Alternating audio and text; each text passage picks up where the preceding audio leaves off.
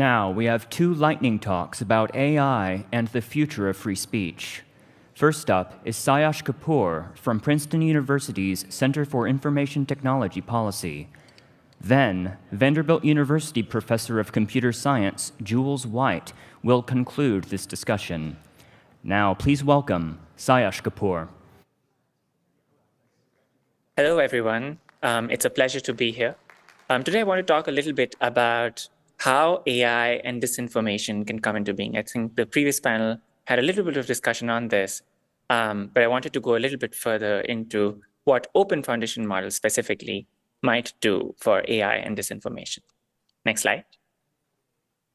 So I started thinking about this topic when this specific hoax was enacted on social media platforms. So this is often called the Pentagon hoax, where this image that you see on the slide was posted onto Twitter, where it went viral and basically caused a small dip in the US stock market. And when you look at the artifacts in the image appears to be AI generated. If you see closely, you can see some of the fences sort of melding into each other. Afterwards, a lot of news outlets, as you can see on the right, sort of portrayed this as if it were an AI problem. That generative AI had caused this, and in the absence of a world without generative AI, such a hoax would not be possible. But so this is when I sort of started really thinking deeply about AI and disinformation. And if you think a bit more closely, the image here is nothing special. It's nothing spectacular, right? Like someone who has a basic amount of expertise with Photoshop could create something that's far more sophisticated in like 5 minutes or so. And the real reason why this image went viral was that just around that time, this was, I think, early last year, blue checks had become monetized on Twitter. And it was a blue check account that was masquerading as Bloomberg News that had spread this piece of disinformation.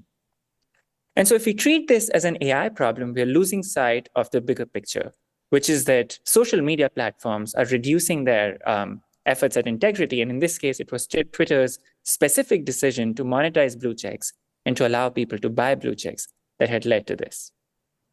Next slide. Now, concerns about AI-generated disinformation causing a deluge on social media are not new. In fact, when OpenAI released their GPT-2 series of models back in 2019, they released these models in increments. They released like the least capable models first, and then followed it up with the more capable ones because of concerns around disinformation. Today, these concerns look really quaint, and much more powerful models have been widely available for a long time. Next slide. So for example, when Meta released the Llama series of language models, similar concerns arose again. The largest version of GPT-2 had around 1.3 billion parameters, but Meta's largest model had 65 billion. Next slide.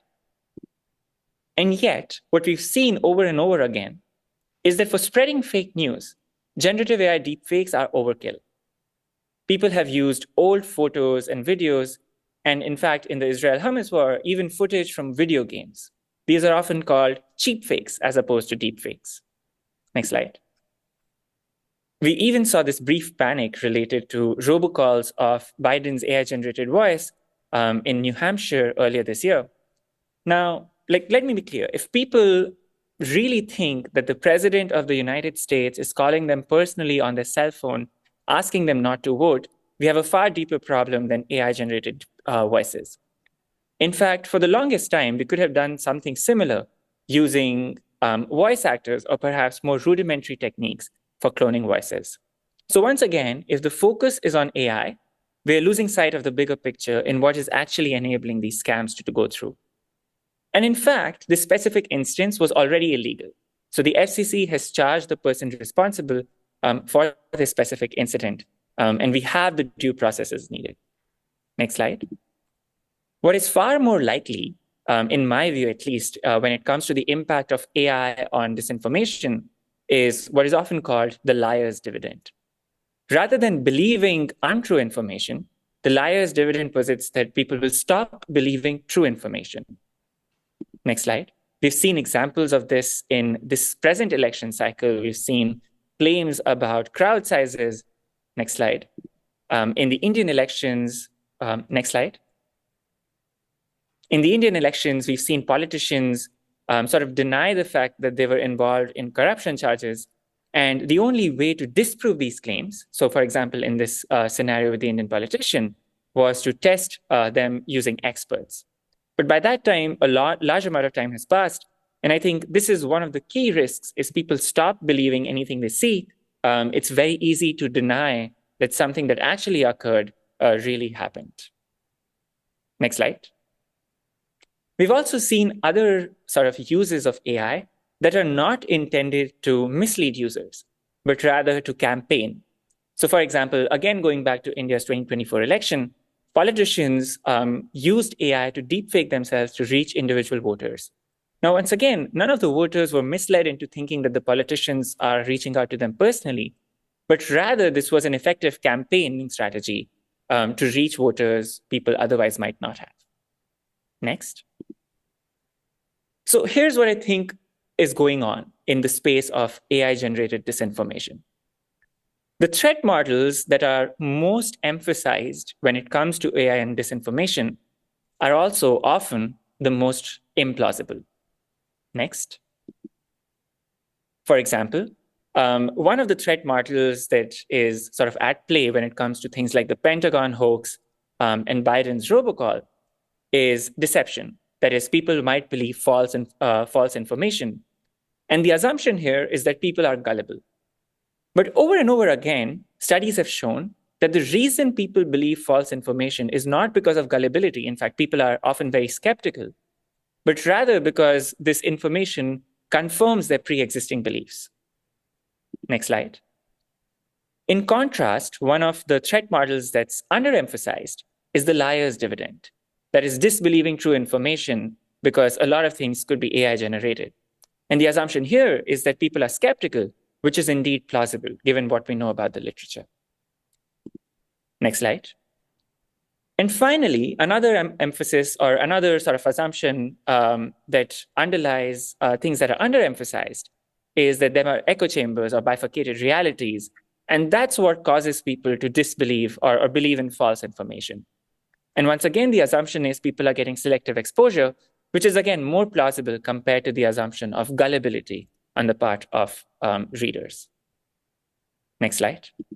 Now, in a lot of cases, we've seen basically like presumptions about how easy it is to watermark AI-generated content.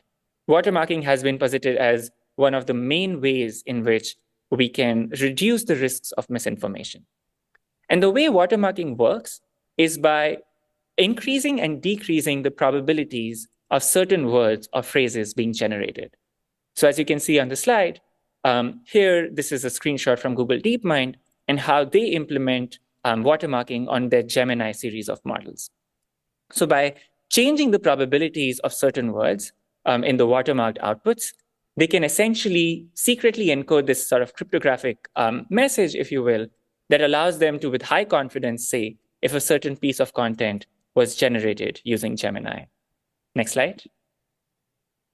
Now, what this also means is that anytime someone is using Google Gemini, we might indeed be able to tell if a piece of content was generated using it. For example, on the slide here, you can tell with like a 99% probability that this email was generated using Gemini. Next slide. But this alone is not enough to sort of curb the societal implications of content detection. In particular, it is impossible to watermark open models. And also, the non-proliferation of open models is essentially infeasible because of the exponentially dropping costs of these models. In fact, we can already store some of the latest language models from Meta on like a pen drive. And so bad actors can simply use the non-watermarked models in order to work. So in a nutshell, watermarking doesn't help because it requires the bad actors to comply instead of the good ones. Next slide. In contrast, content provenance is this dual or the alternative to this, which basically allows us to mark true information or human-generated information as being human-generated. So this indeed also sort of works with a cryptographic hash of, let's say, a piece of text or an image that's stored alongside the image itself. And you can basically go back and check what this image was, where it was clicked using which piece of hardware, and what the location was if the user has enabled that as well. Next slide. So as you can tell, what content provenance solves the opposite problem compared to watermarking. It certifies human-generated images as being real. And the reason I'm a bit more optimistic that content provenance can help is because it does not depend on malicious users opting in. It only requires the legitimate users to participate. Next slide. But this is not to underplay how difficult it might be to implement content provenance at scale. So this requires coordinated action from camera manufacturers, social media platforms, and so on. And also the tech is very new and it hasn't yet been deployed at scale. So I think there will be implementation challenges as we start to deploy it. Next slide.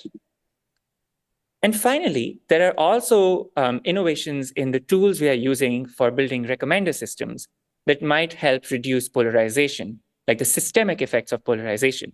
One example is bridging-based ranking.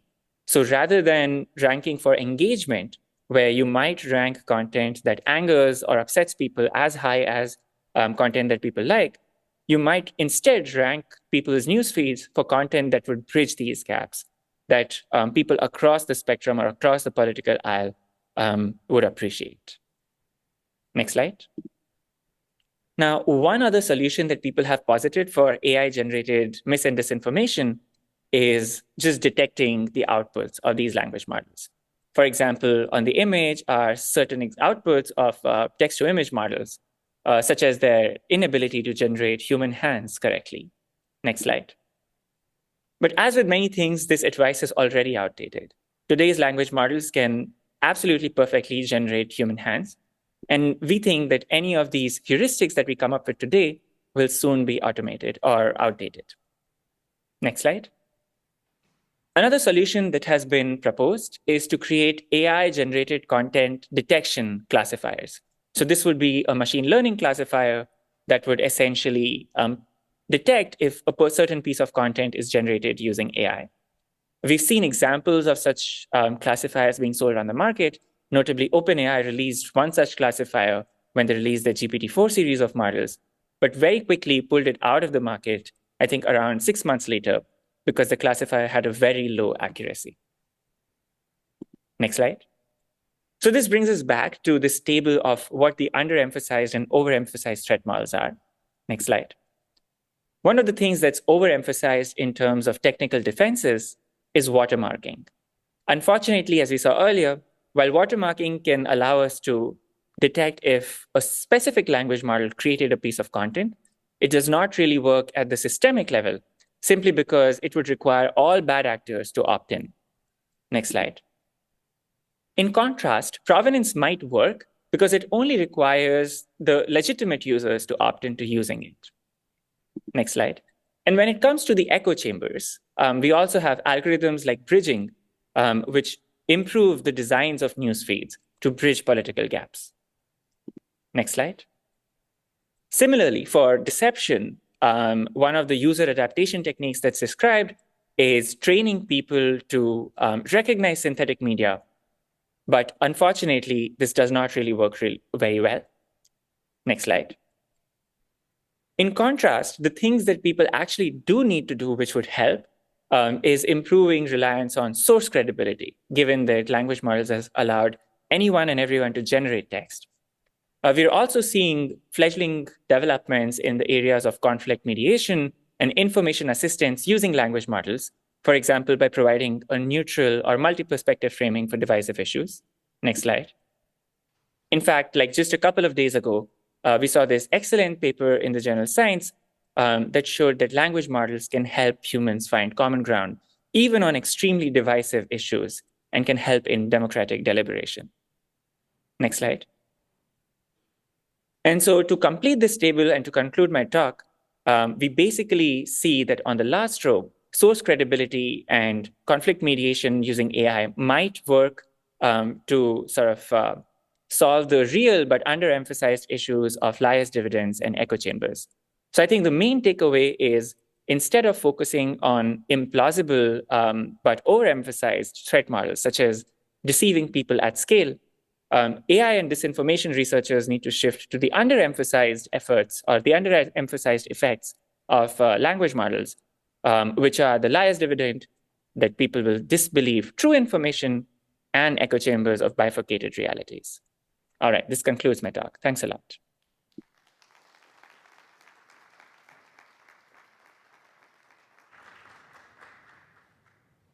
Thank you, Sayash. And now, please welcome Jules White. Thank you. So one of the things that really fascinates me is that I have lived to see generative AI. And so what I tell people is that, if you'd stopped me on the street November 1st of 2022, and you'd said this thing called ChatGPT is going to come out, and here's what it's going to be able to do, I would have told you, trust me, I'm a professor in computer science, and I will not live to see that level of advance in computing. And then a month later, it came out, and something that I thought was fundamentally impossible to see in my lifetime in terms of computation came out and was available to everybody. And we think of these models in terms of their ability to go and generate text and emails and meal plans and things like that. But really what they're doing behind the scenes is they are the future interface to all computing. And this is really important because when we start limiting the speech that we can put into these models or putting guardrails in, we're limiting our ability to go and use them for computing. So next slide. So as part of my sort of interest in this space, I went and created a course on how do you go and interact or converse with these models. This is what we think of as prompt engineering. Basically, how do you solve problems by conversing with generative AI models? I have over 500,000 students in my courses that I've built on this topic.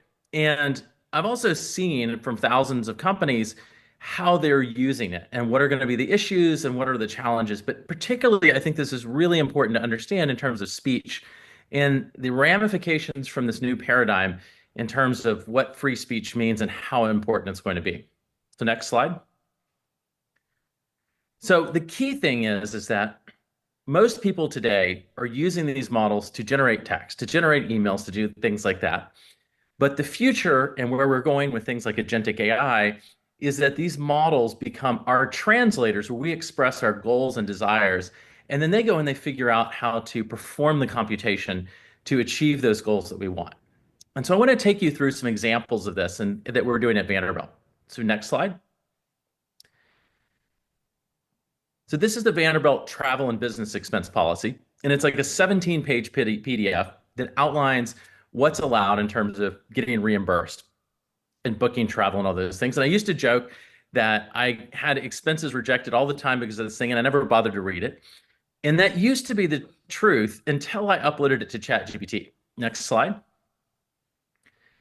And I uploaded it to ChatGPT, and I told it, please read the provided document so that you can answer questions about it. Next slide. And then I asked it a question that looks like the questions I actually ask. Let's assume I'm in a foreign country, traveling in a taxi, and it breaks down the way to an important meeting. Can I get reimbursed if I pay someone to drive me on the back of their motorcycle to the meeting, assume they are a private citizen? What does ChatGPT say? Next slide. Based on the information provided in the document. So one of the misconceptions that people have is these models can only reason with public information, or if you want them to reason with private information, you have to go and train them or fine tune them or do something like that. But that's not true. You actually just give them whatever information you want them to work with in the form of documents, a lot like your CPU does in your computer. And then you tell it what you want it to do with it. So in this case, it says, based on the information provided in the document, the university requires travelers to select the most reasonable and economical form of transportation. That's true. Non-conventional transportation options are not explicitly mentioned. That's also true. And Vanderbilt does not have a separate policy on ride sharing or non-conventional lodging. That's also true. Given these points, it seems plausible that in an emergency situation where no other reasonable and economical form of transportation is available, the cost of transportation by a private citizen's motorcycle might be considered an allowable expense. However, the university's policy does not explicitly state this. And that's an excellent Vanderbilt answer that it might be allowed and it will be reviewed.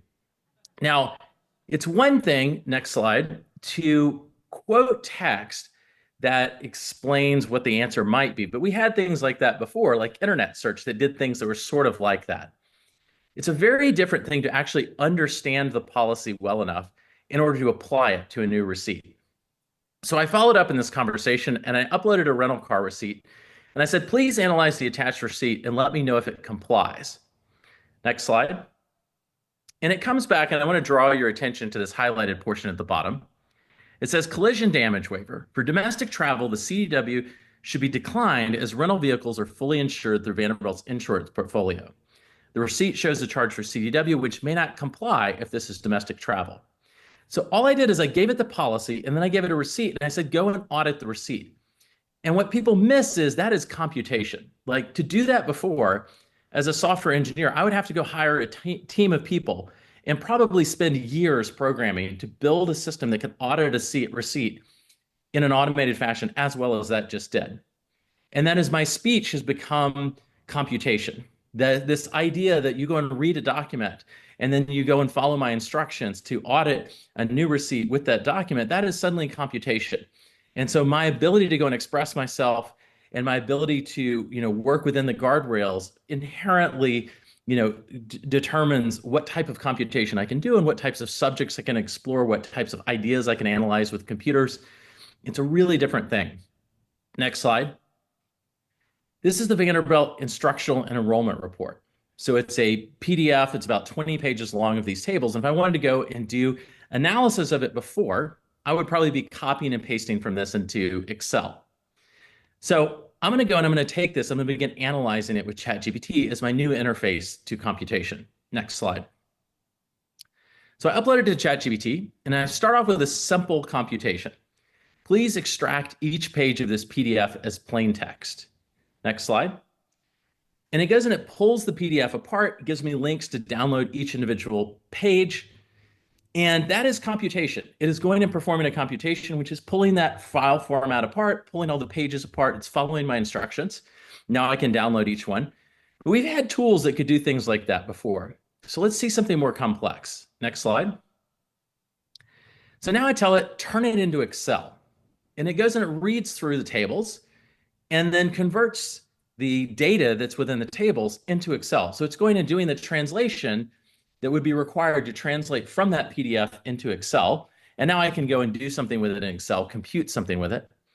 And I can download that Excel file that I created. But what's interesting is, why would I even go to Excel anymore? Because if I go to the next slide, I can just follow up in the conversation and say, display 4 interesting visualizations of this data. And the next slide. And it comes back with these visualizations. So my language and what I'm telling it to do is becoming computation. It's translating what I'm telling it to do in human speech into computation. And now I can go and explore the data and try to get, what questions I have about that data answered, but only if I can express myself and explore topics that I want to. If it decides that it doesn't like the data, or it doesn't like the subject matter or the area that my data is related to, or the questions I'm asking, suddenly I can't perform the computation anymore. So the freedom of speech that I have is also my freedom of computation, which is a very different space and not the way that we think about using these models. Next slide. And then I was thinking about it, if I'm going to create these visualizations, I'm probably going to go and give a presentation, and I wonder if it can help me create PowerPoint. Next slide.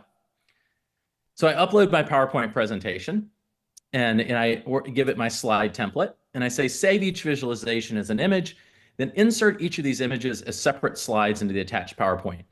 And I give it some information on how I want it formatted, and then I tell it put a text box next to each visualization describing what's in it. And it goes and it generates the PowerPoint presentation, gives me a link to download it. I download it in the next slide. And this is the PowerPoint presentation that it created open in PowerPoint. And it's created a separate slide for each visualization. It's put a text box next to each visualization describing what it shows. And it's translated my request, my language, my speech into computation in order to create PowerPoint. Now, next slide. What's really interesting about this is transformative, but for a reason that most people miss. Something absolutely paradigm changing has happened in computing, and I want to give you a peek at what that is. So next slide. So I want you to imagine you go into your backyard and you've got a shovel. And right before you go to dig, your shovel looks down and sees that there's a rock in the way, and your shovel jumps out of your hands. Your shovel builds itself a pickaxe. It uses the pickaxe to break up the rock. And then it jumps back in your hands and you continue digging. That is, your tool built itself, its own tool. It used the tool to overcome an obstacle. And all of this happens seamlessly without you doing anything. And this is exactly what has happened in this conversation. If you go to the next slide. Used to it looked different, and I liked it better because in their interface for ChatGPT, it was more obvious that this was happening. When I said save each visualization as an image, and then put each image as a separate slide into that PowerPoint, you would see this big gray box pop up in the conversation. And that was ChatGPT building itself a tool. And if you clicked on that gray box, next slide, it would show you the tool it built. And the tool that it built was software. On the fly, behind the scenes, without you knowing it, it went and wrote software to generate those visualizations, to save them as images, to put them into a PowerPoint presentation, and then it executed its own software to produce the PowerPoint presentation. It checked that it got a PowerPoint presentation back, and then once it did, it handed it to me. And if it didn't, it went and iterated on its own code, fixing it, and until it got a program that would actually generate the PowerPoint presentation. And so when I'm going and I'm giving it speech, behind the scenes, it's seamlessly building tools in terms of software tools that it can use to accomplish all of the goals and tasks that I'm giving it. Now, if you think about it, when we realized that chimpanzees were using blades of grass to extract termites from termite mounds, we absolutely, it was this amazing moment where we said, oh my gosh, animals are building tools. We are not the only ones. And now we have these models like ChatGPT that people take for granted that behind the scenes can write software at the level of a senior software engineer and do it completely seamlessly to help you accomplish whatever goals you want to accomplish in computing. But all of that is predicated on our ability to be able to express what it is that we want to do computation on, or about, or the questions we want to ask, or the things that we want it to do. And as we begin to put guardrails on it and limit and say we should do these things, we also have to understand that we're fundamentally limiting our ability to compute. And that means it's going to limit the software we can build, all the things that we can do with this technology in the future. Next slide. Now, to give you an idea of how powerful this technology is and how radically it's going to shift how we do computing in the future, I want to give you an example of a program of the future, a piece of software from the future. Actually, I say from the future, it's here today. It's just that people haven't realized that they can build software in this way. So the other day, I was noticing, because my son's always collecting things. When he was younger, it was rocks. And he started collecting sticks. Now that he's older, it's like Pokemon cards and now shoes. And I looked at him the other day and I was like, you need an inventory management system. And he looked at me like I was crazy because he's 10. And I said, look, I can show you how to build your own inventory management system in ChatGPT. And so this is an inventory management system in one prompt in ChatGPT. Whenever I give you a photo, create an inventory of what I gave you with an approximate price. Keep the inventory up to date as I add pictures. Next slide. And so he immediately knew what to do with his new inventory management system. He snapped a picture of a shoe. And it says, based on the inventory, or based on the photo you provided, here's the inventory item: Air Jordan basketball shoes, description, red colorway with iconic Jumpman logo. And the next slide. And then he took a picture of his old Vans. Next slide. And it comes back and it says, here's the updated inventory. Item, Air Jordan basketball shoes. And now it's added a second item to the inventory, Vans skate shoes. And that is a full-fledged inventory management system that is tremendously difficult for a team of software engineers, because it's actually doing things that would be next to impossible or extremely difficult to do with traditional computing, to try to be able to go from a photo to a rich description of the item. That would be very, very difficult, if not impossible, to do with traditional software engineering techniques. And now my son, who's 10, can easily build a system like that simply through his language, simply through his speech. And so our speech is going to be the future of software and the future of computation, but only if we realize that and take that into account. And we're not just making, rules and laws and guardrails that are based on the idea that speech is about like communication to other human beings or magazines or emails or things like that, but understand that it's fundamentally about our ability to compute and our ability to calculate and reason over data. Next slide. So two important things are happening in computing right now that are tremendously important to this community. One is that these models have fundamentally unique and new computational abilities that we are just beginning to understand how to use them to really innovate and change the way that we do things in the world. The ability to go and take a travel business expense policy and just say, apply it to a receipt and be able to build a system to audit receipts that way. Things like that did not exist in computer science before. Or the ability to take a picture of a shoe and instantly know what it is and all of the information about it and its condition and all these other things. And second, it's a new interface to computing where we go and express our goals and desires and it translates them into computation. Before we had a GUI and we got to press buttons in order to try to generate computation. Now we go and express it through language. So the future of speech is not just about communication with other human beings, but it's about translating our communication into computation. So thank you so much.